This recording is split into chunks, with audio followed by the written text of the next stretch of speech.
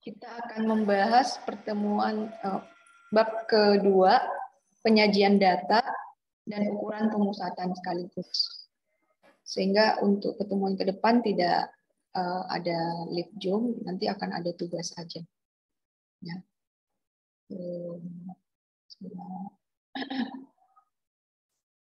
Share screen dulu ya.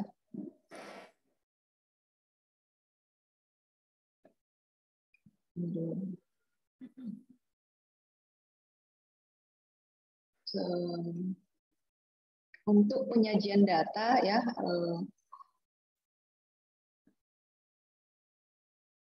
ada pengayaan itu visualisasi data seperti ini. Ini ada visual pertama, kemudian ada visual kedua. Nah, kalau dilihat yang lebih menarik yang mana nih? Visual pertama atau visual kedua? Pertama, Bu. Ya? Novia? Visual pertama, Bu. Visual pertama lebih menarik. Iya, karena ada kotak-kotak ya, Bu. Oh. Malah kalau nggak ada kotak-kotak itu lebih ini lebih sering dipakai kalau orang finance. Begitu ya. Ini lebih biasanya lebih bagus tuh kayak gini bersih ya, ada yang kalau kayak gini kan udah biasa. Nah biasanya kita ada triknya, ini klik dulu ya, ini klik, nanti format plot area, nanti akan muncul fill, no fill, bordernya no line. Baru titik-titiknya ini diklik, kemudian delete. Titiknya ini diklik, delete. Baru garisnya ini yang akses ya. Ini bisa minimum 50, ini 150.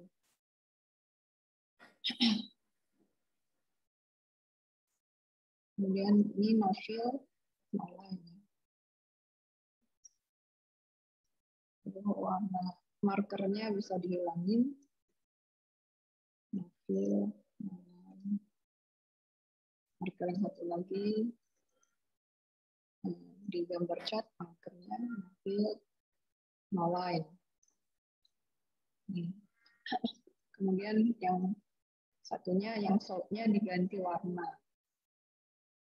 Ganti warna biru finance. Bisa judulnya ditaruh ke atas juga bisa. Atau dibuat kayak baru. Ini kelihatan beda, nggak biasa kan kalau yang garis-garis itu biasa ya. Tergantung sih. Ada yang perlu. Kalau ini kan grid line ya. Kalau kadang kebanyakan orang yang kalau laporan gitu no grid line, kelihatan bersih. Ya, mungkin belum biasa. Tapi kalau di kayak finance, corporate finance sering seperti ini sih, lebih bersih. Oke, itu sekilas ya untuk penyajian data. Suara saya cukup jelas ya. Ini saya nggak pakai mikrofon eksternal. Kalau kurang jelas bisa diinformasikan ya, biar nggak apa.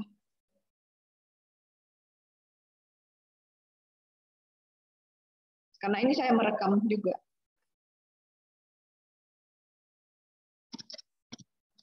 Nah, penyajian data ya dari data mentah, kemudian dari sampel atau populasi ditata sehingga menjadi informasi bagi pengambilan keputusan manajemen. Nah, ini bagian dari statistik deskriptif kita. Nanti ada menata data mentah dalam distribusi frekuensi, kemudian dibuat secara grafik dan bisa ditarik kesimpulan dari deskriptif data ya.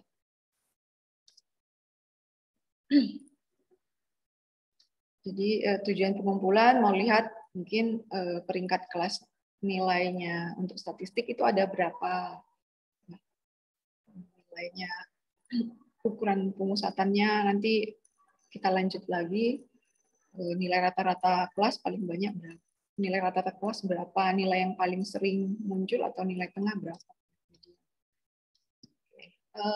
Untuk distribusi frekuensi, ini pengelompokan data ke dalam beberapa kategori yang menunjukkan banyaknya data dalam setiap kategori. Setiap data nanti tidak bisa dimasukkan ke dalam 2 atau lebih kategori, jadi masuk ke satu kelas masing-masing.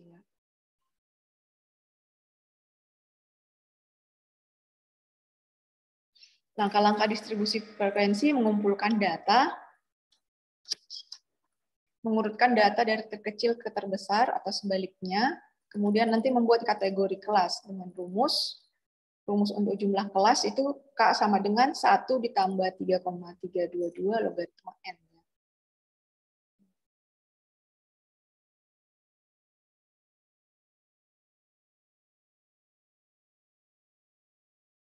Excel saya bisa dilihat nih.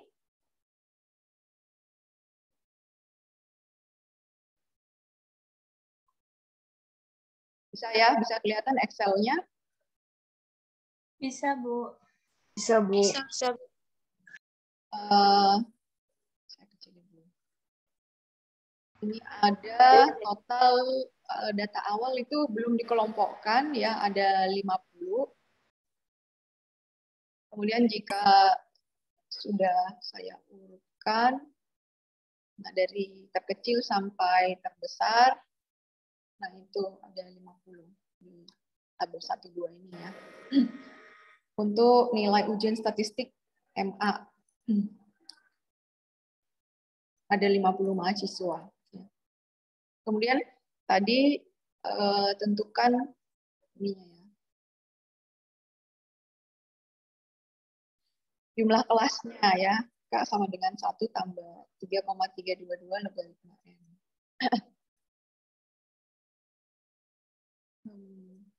Jadi saya langsung buat di Excel 1 tambah dalam kurung 3,322 logaritma N. Logaritma N itu sama dengan logaritma 50 ya tadi ya. Dapat 1,6. Jadi langsung 1 ditambah 3,322 dikali 1,698. Nah, ini adalah jumlah kelas. Jadi kalau bilangan pecahan bulatkan ke atas ya. Sehingga nanti jumlah kelasnya itu ada 7 ya. 6,7 dibulatkan jadi ke atas begitu 7. Kemudian untuk interval. Interval itu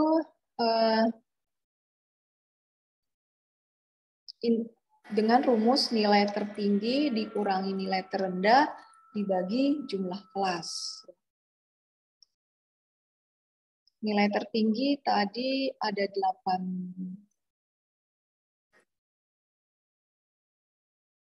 Ini 86. Kemudian nilai terendah 22, kemudian dibagi jumlah kelasnya. Masih pakai 6,6. Sehingga interval kelasnya ini dapat 9,6 ya. Jadi bisa 10. Interval kelas itu dari 20 sampai 29 itu ada 10 atau 9 ya? Berarti hitungnya dari awal ya, 20, 21, 22, 23. Berarti ini kan sampai 10 ya. Sampai 29. Ya. Untuk menentukan batas awal interval ini kan ada batas terendah itu nilai terendah 22 ya. Jadi kalau bisa kurang dari 22 ya. Jadi dimulai dari 20. Sehingga 20 start ditambah interval kelasnya 10 ini sampai 29. Begitu untuk kelas-kelas selanjutnya intervalnya ada 10 yang ya. Sampai 89. Ini terpenuhi ya. Yang batas atasnya itu 86 ya. Nah, banyaknya mahasiswa. Nah, oke. Selanjutnya, setelah membuat interval kelas, melakukan penghitungan atau penturusan ya. Ingat kayak kalau pemilu ya, diturus, hitung. Misalnya di kelas 1 berarti ada 4 ya, dicatat. Di kelas 2 ada 7. Di kelas 4. Di kelas 4 paling banyak 12 ya. Oke. Selanjutnya, ada distribusi frekuensi relatif ya. Ini setiap kelas dibandingkan dengan frekuensi totalnya. Nah, di sini dari kelas B4 saya tambahin satu kolom lagi dengan kategori reguler malam contohnya. Jadi semua kelas reguler malam mungkin ada 5, ada 6 dimasukin sini, ditambahin datanya, totalnya ada 300 ya. Jadi ini nilai ujiannya per kelas ya ini ya, dari kelas 1 sampai 7. Kemudian kita bisa buat frekuensi relatif ya. Di mana 4 dibagi 50 ya. Kalau di Excel yang 50-nya di freeze berarti kan dikali persentase. Ini nanti sampai totalnya 100% ya. Untuk frekuensi kumulatif kita juga bisa buat dengan jumlah kumulatif dari frekuensi relatif dalam presentasi ini ya. Jadi kalau di kelas kedua berarti yang frekuensi kumulatif yang sebelumnya ditambah frekuensi kumulatif yang kelas kedua. Itu selanjutnya sampai yang terakhir itu 100%. Oke, selanjutnya penyajian data dalam grafik ya. Bisa bentuknya poligon, histogram, OGIF.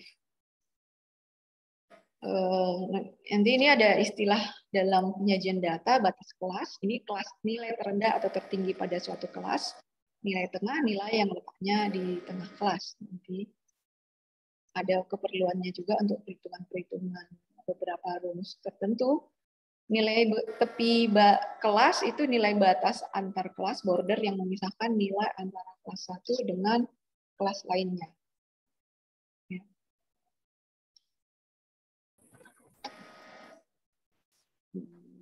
Ini dia pakai kurang atau tambah 0,5 nilai tepi kelas. Untuk frekuensi kumulatif, penjumlahan frekuensi pada setiap kelas baik meningkat, kurang dari, atau menurun lebih dari ya.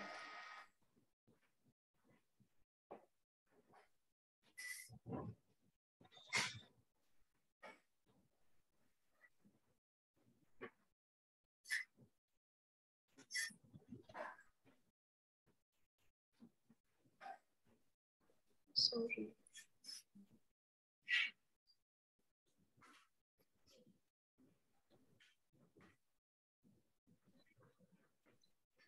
Nah, di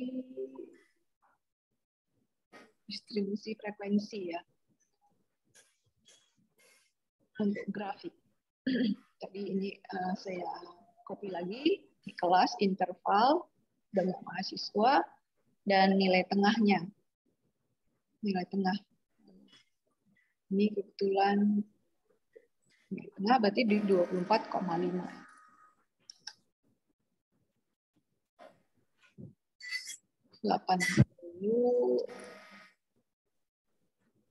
Tambah kurang 80 ini kayak apa hitungannya 9 berarti kan ini 4,5 ya. Jadi 84,5. Nah, masing-masing kita bisa buat dari data Dari data interval kelas dan banyaknya kelas, kita bisa buat histogram ya.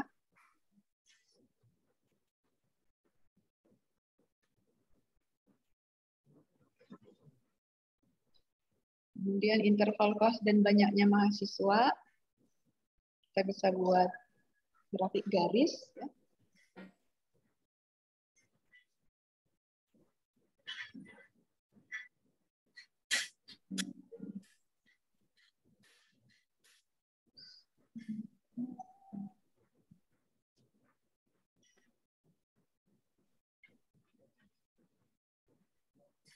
Bisa juga ini apa? Chart ya.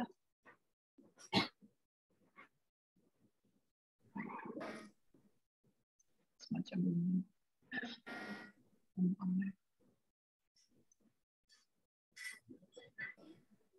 Oke, nilai tengah yang mau pakai sih ya. Frekuensi relatif.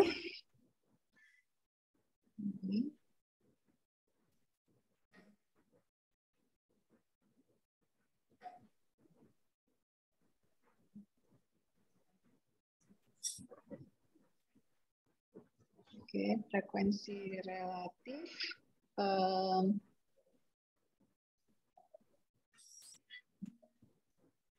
Pakai data kelas B reguler malam, dan ini sendiri yang membawa ini adalah kelas B4 ya. Yang ini secara total keseluruhan yang B4. Berarti B4 ini nilainya masih di bawah dari rata-rata ya.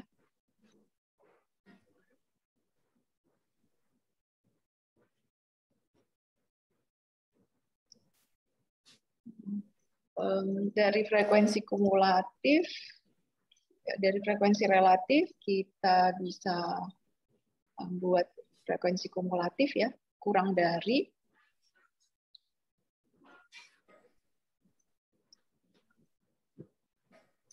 ini untuk kelas B4 aja ya, frekuensi kumulatif kurang dari, berarti kelas pertama itu 4, kemudian 7 tambah 4 ya, 48 tambah 2. Frekuensi lebih dari itu berarti dimulai dari lebih dari kelas pertama ini ya. Jadi totalnya semua ini 50. Semakin lama semakin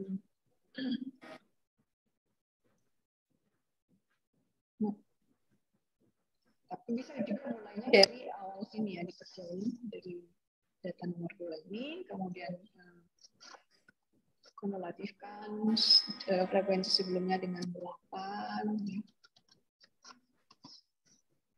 9 dengan 10.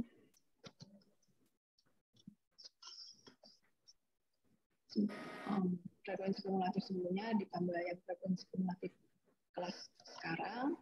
Nanti terbentuk, kita bisa bentuk kurva garis yang ini ogif, yang warna biru kurang dari, yang warna orange itu frekuensi kumulatif lebih dari.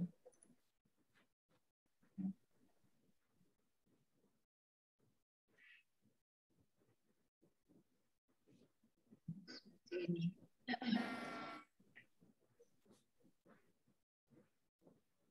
Bisa, kalau ini dia pakai data di kelas ya.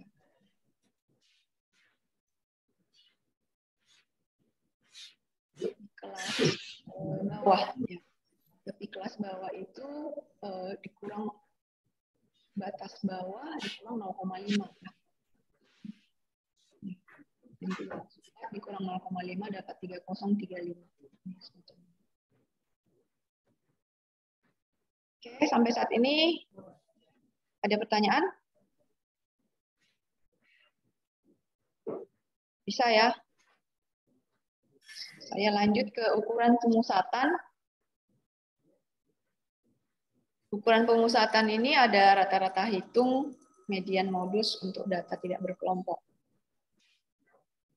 Ukuran pemusatan nilai tunggal yang mewakili suatu kumpulan data dan menunjukkan karakteristik dari data.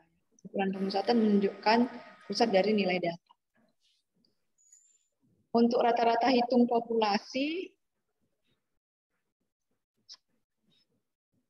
U sama dengan sigma X dibagi N adalah melambangkan jumlah populasi, sedangkan rata-rata itu sampel, X ada kepalanya ya, sigma X dibagi N kecil.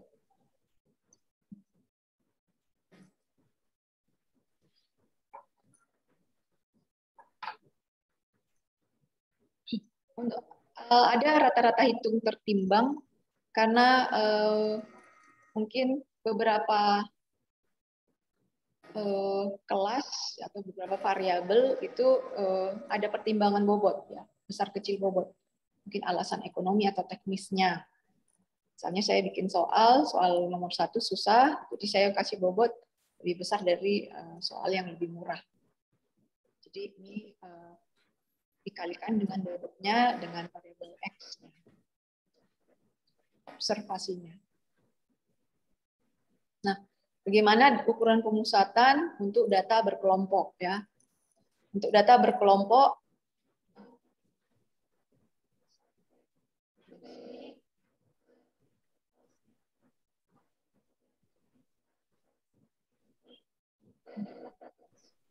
Bu, maaf suaranya hilang. Oke. Tunggu dulu. Selanjutnya.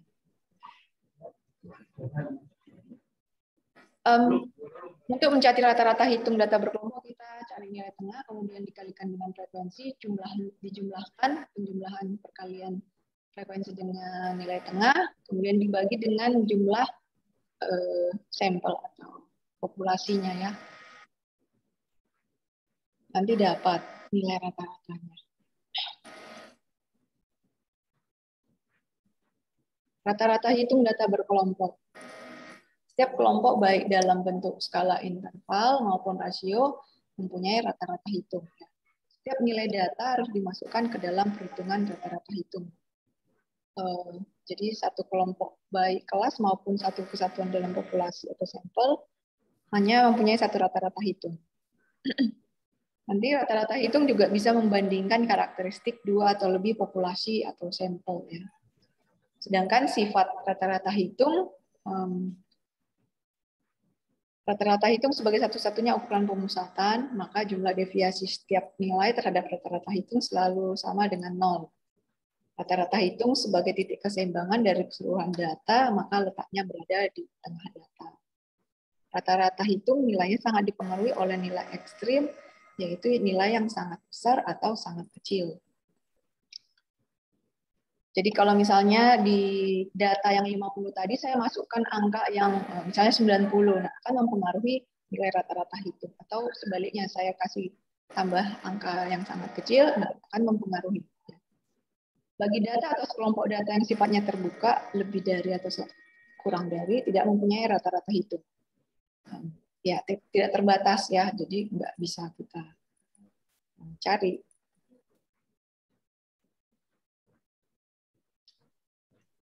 Oke, saya ke Excel dulu. Excelnya kelihatan ya. Ini data awal yang tadi ada nilai ujian statistik kelas MA. Ya. Ada kelasnya, ada intervalnya, ada frekuensi, ada nilai tengah. Ini kebetulan nilai tengahnya 20 dan 2 sampai 29, berarti 24,5. Dikali dengan frekuensi dikali nilai tengah. Nanti dapat jumlahnya, kemudian dibagi frekuensi ya. Nanti dapat min-nya itu 2695 dibagi 50.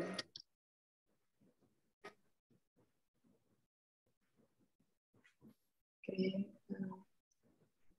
Nah ini selanjutnya kita lihat median. Median itu nilai yang berada di tengah data, di mana data tersebut sudah diurutkan dari terkecil sampai terbesar atau sebaliknya. Median data tidak berkelompok, berarti kalau data ganjil, median terletak di tengah. Untuk median data genap, ini adalah rata-rata dari dua data yang terletak di tengah. Rumus median data berkelompok itu kita lihat Excel aja ya. L itu apa? Median data berkelompok. Ini atau B ya. Tepi batas bawah kelas median. Atau ini lower kalau tadi itu bahasa Inggris. Jadi yang median itu yang di tengah ini kebetulan kan ada 7 kelas. Berarti yang median di tengah itu ada kelas keempat ya.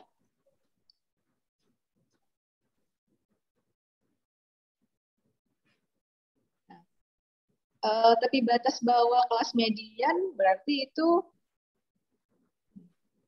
50 dikurang 0,5.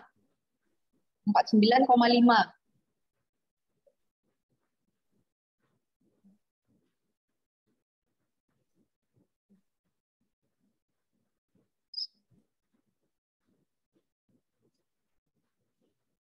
Kemudian dalam kurung N per 2, ya, N-nya adalah 50 dibagi 2, dikurang F. F adalah frekuensi kumulatif sebelum kelas median. Nah, di sini saya tambahin lagi kolom untuk frekuensi kumulatif. Frekuensi kumulatif berarti kelas pertama 4, kelas kedua berarti 7 ditambah 4 ya. Jadi frekuensi kumulatif sebelum kelas median, yaitu angka 19 ini.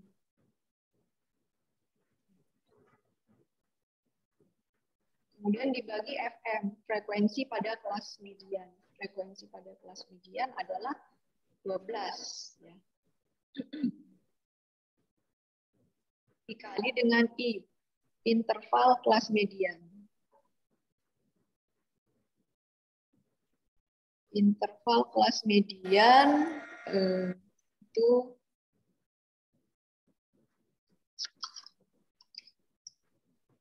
interval kelas median.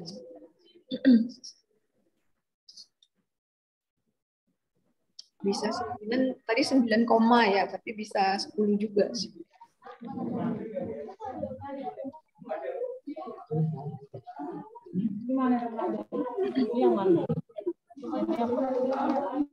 Belum. Ini 4,5 ya.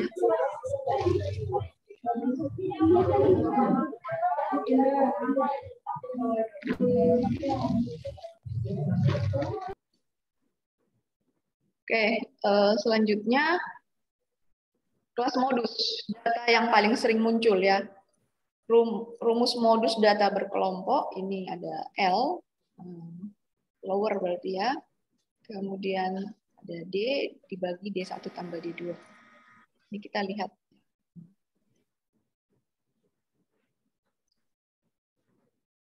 Modus ya, tepi batas bawah. Modus sama dengan tepi batas bawah kelas modus tambah D1 beda frekuensi antara kelas modus dengan kelas sebelumnya. Jadi D1 itu adalah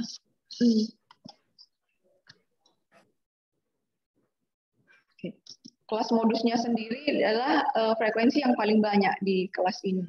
Kebetulan frekuensi yang paling banyak itu adalah 12 ya di kelas keempat. Jadi kelas modus ini sama dengan kelas median ya, kelas keempat. Beda frekuensi antara kelas modus dengan kelas sebelumnya itu adalah D1 ya. 12 dikurang 8. Kemudian beda frekuensi antara kelas modus dengan kelas sesudahnya, yaitu 12 dikurang 9 adalah 3.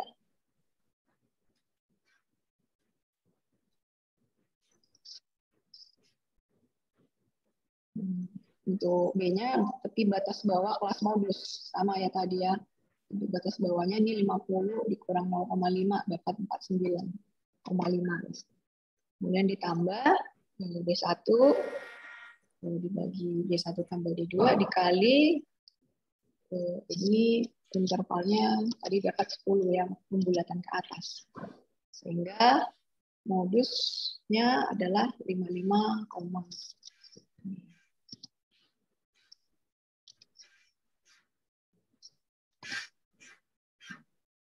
saya bisa summary angkanya, rata-rata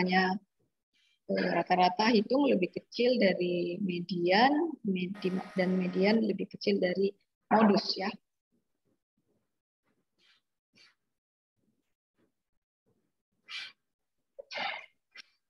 Oke, nih kita lihat di sini data kita yang ini tadi.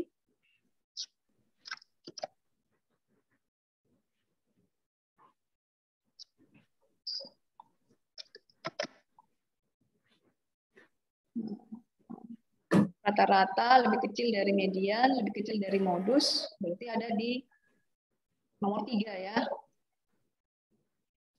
Ya enggak? Untuk kemencengan atau kecondongan ini, Squeeness kita akan belajar di pertemuan keempat ya. Ukuran penyebaran. Jadi titik puncak kurva itu lebih mengarah ke sisi kanan ya. Kalau bila rata-rata sama, median dan modus sama, ini di tengah ya, seperti distribusi normal ya. Kalau kebalikannya modus lebih kecil dari median, lebih kecil dari rata-rata itu kurva puncaknya itu dicondong ke sisi kiri ya. Nah, ada tambahan untuk ukuran pemusatan yaitu ukuran letak, kuartil, desil, dan persentil.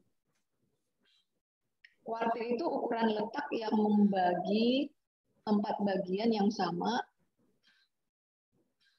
Jadi K1 sama dengan 25%, K2 sama dengan 50%, K3 75%. Untuk data berkelompok, 1 ini jumlah sampel dibagi 4 ya.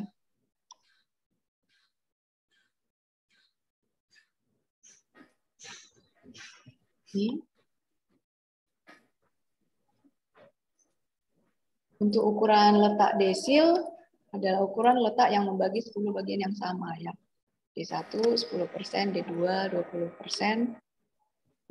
Dengan data berkelompok rumusnya 1 jumlah sampel dibagi 10. Kalau D2 berarti 2 kali jumlah sampel dibagi 10.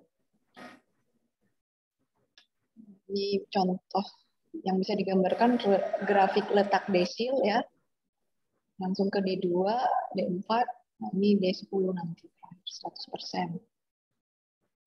Jadi kalau misalnya yang lulus itu di desil lebih besar dari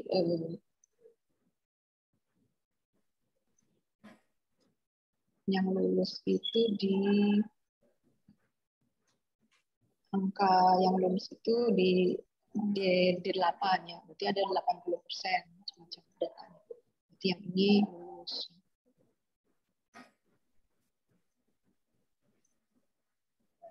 Nah, kalau ukuran letak persentil, data dibagi 100 bagian yang sama. Jadi kalau P1 itu 1%, P2-nya 2%, P1.